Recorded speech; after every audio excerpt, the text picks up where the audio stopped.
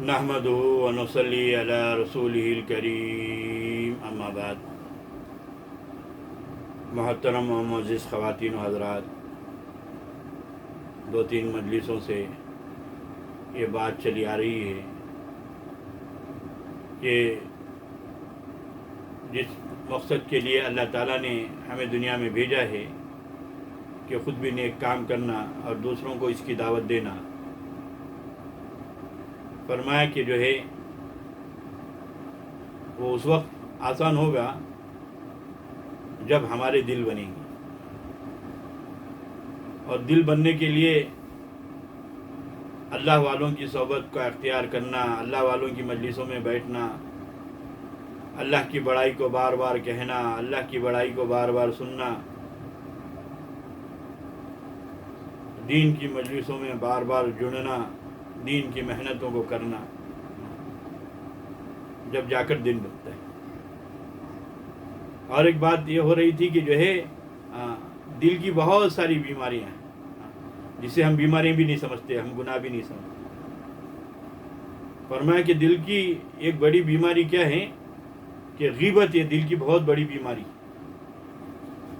اللہ معاف کرے، آج ہماری مجلسیں وہ غیبتوں سے خالی نہیں ہیں۔ دنیا دار تو دنیا دار، آج دیندار بھی اپنی مجلسوں میں غیبتوں کے بھنڈار لگائے ہوئے رہتے ہیں۔ جہاں چند آدمی جمع ہو گئے وہاں دوسرے کی غیبتیں شروع ہو گئی۔ یہاں تک فرمایا کہ جو ہے یہ برائی جو ہے دینداروں میں زیادہ عام ہے، دین کی مجلسوں میں زیادہ عام ہے۔ یہاں تک کہ غیبتیں ہوتی ہوتی جو ہے علماء کی غیبتیں اور صالحین کی غیبتیں، اللہ والوں کی غیبتیں تک ہو جاتی۔ جب آدمی کسی سے پوچھے کہ بھئی یہ ایسا کیوں غیبتیں کر رہے، تو وہ کہتے ہیں کہ ہائی سوچ بول رہی سو۔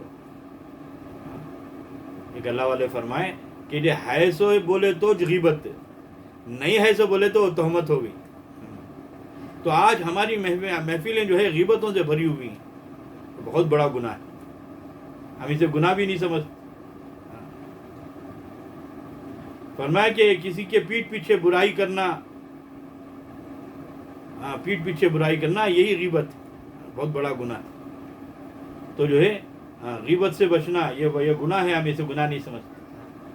فرمایا کہ جو ہے تم بہترین علمت ہو، خود بھی نیک کام کرتے ہو، دوسروں کو اس کی دعوت دیتی ہو، خود بھی برائی سے بچتی ہو، دوسرے تو برائی سے بچنا۔ فرمایا کہ جو ہے یہ غیبت جو ہے بہت بڑی برائی۔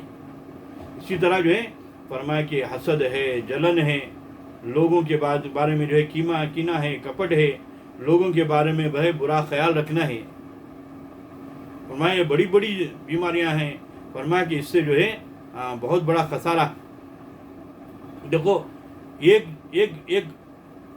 ایک زخم وہ ہے جو نظر آتا ہے، اس کا علاج بڑا سہل ہے۔ ایک زخم وہ ہے جو نظر نہیں آتا ہے، جسے ناسور کہتے ہیں۔ مثال کے طور پر جو ہے یہ ایک پھوڑا ہے جو ظاہر ہے، نظر آتا ہے، اسے جو ہے اسے جو ہے دوائی بھی لگا جا سکتی ہے، اسے جو ہے جراحی بھی کی جا سکتی ہے، اس کا علاج بھی کیا جا سکتا ہے، وہ آسان ہے۔ ایک زخم ہے وہ کینسر کا زخم ہے، وہ ناسور ہے، وہ بڑا خطرناک ہے، اس سے جو ہے جان بھی جا سکتی۔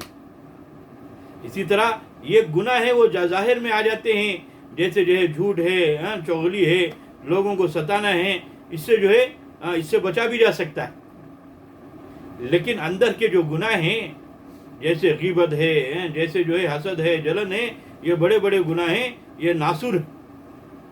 اگر اس کی صحیح وقت پر اس کا علاج نہیں کیا جائے تو پھر کیا ہوگا کہ یہ جہنم کے گڑھے تک لے کر چل جائے۔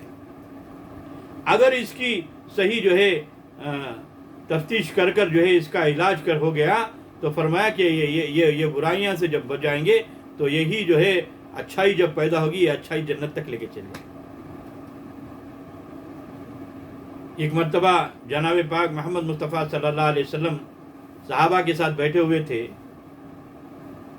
صحابہ جو ہے آپ صلی اللہ علیہ وسلم کی مجلس میں بیٹھے ہوئے تھے۔ آپ صلی اللہ علیہ وسلم نے فرمایا کہ تم یہ فلانے آدمی کو دیکھ رہے ہو؟ تو سارے صحابہ جو ہے ادھر متوجہ ہوئے اور دیکھنے لگے، تو کہنے لگے کہ یہ جنتی ہے۔ تو ایک مرتبہ ہوا، پھر دوسری مرتبہ بھی ایسا ہی ہوا، پھر تیسری مرتبہ بھی ایسا ہی ہوا۔ تو فرمایا کہ تیسری مرتبہ بھی ایسا ہی ہوا۔ تو اس میں سے ایک صحابی کیا کیے کہ ان کے پیچھے ہو گئے کہ دیکھیں گے کہ ایسا کیا معاملہ ہے جسے حضور صلی اللہ علیہ وسلم جو ہے انہیں جنتی کہہ رہے ہیں۔ غالباً وہ صحابی کا نام حضرت ابو دجانہ رضی اللہ تعالیٰ عنہ تھا۔ تو ایک ساتھی جو جن کو جنتی کہہ رہے تھے، وہ صحابی کا نام حضرت ابو دجانہ رضی اللہ تعالیٰ عنہ تھا۔ تو دوسرے ایک صحابی جو ہے ان کے پیچھے ہو گئے اور جا کر ان سے کہا کہ میں کچھ دن آپ کے ساتھ رہنا چاہتا ہوں، کسی وجہ سے جو ہے مجھے رہنے کی جگہ نہیں ہے یا کچھ ایسا ہے، بہرحال میں آپ کے ساتھ رہنا چاہتا ہوں۔ اب صحابہ میں تو عام عادت تھی کہ جو ہے مہمانوں کی مہمان نوازی ان کے گھٹی میں پڑی ہوئی تھی۔ جیسے حضرت ابو ذر غفاری رضی اللہ عنہ کا واقعہ آتا ہے کہ جب اسلام لانے سے پہلے جب آپ صلی اللہ علیہ وسلم کے پاس آئے تو کس طرح جو ہے مسجد میں رکتے تھے، اور جب رات دن بھر گزر جاتی تو جو ہے رات کے دن جو ہے حضرت علی رضی اللہ تعالیٰ عنہ جو ہے انہیں جو ہے مہمان بنا کر لاتے، ایک دن دو دن بھی جو ہے گزر گئے، پوچھنے کا موقع نہیں ملا، کہ یہ سوچ کر رہ گئے کہ ہو سکتا ہے کسی کام کی وجہ سے آئے تھے، وہ کام نہیں ہو سکا۔ لیکن جب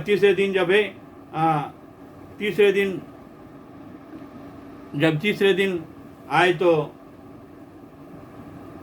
پوچھا کہ بھئی کس وجہ سے آئے ہو، جو کام پھر بتایا، وہ واقعہ تو تفصیل ہے کہ پھر وہ حضور صلی اللہ علیہ وسلم کی مجلس میں لے کے جاتے ہیں۔ بولنے کا مقصد یہ ہے کہ جو ہے مہمانوں کی مہمان نوازی تو صحابہ کی گھٹی میں پڑی ہوئی تھی۔ اب یہ صحابی جیسے گئے اور کہنے لگے کہ میں کچھ دن تمہارے ساتھ رہتا ہوں، وہ خوشی خوشی تیار ہو گئے۔ اب یہ جو صحابی جو ہے ان کے پیچھے جو آئے تھے تو وہ یہ آبزرو کر رہے ہیں، یہ دیکھ رہے ہیں کہ جو ان میں وہ ایسے کیا اعمال ہیں جس کی وجہ سے سرکار دو عالم صلی اللہ علیہ وسلم جو ہے انہیں جنتی کہا ہے۔ اب ایک دن دیکھے، ان کے دن کے اعمال دیکھے، ان کے رات کے اعمال دیکھے، ان کے تمام اعمال کو دیکھے تو کوئی ایسا عمل نظر نہیں آیا جس کی وجہ سے جو ہے کوئی مختلف عمل ہو، کوئی ہٹ کر عمل ہو۔ ایک دن ہوا، 2 دن ہوا، 3 دن ہوا، جب تیسرا دن گزر گیا تو وہ صحابی سے کہنے لگے، اے فلاں صحابی، یہ کیا بات ہے جس کی وجہ سے جو ہے تمہارے اعمال میں ہمارے اعمال میں کیا بھی ویسا فرق نہیں ہے؟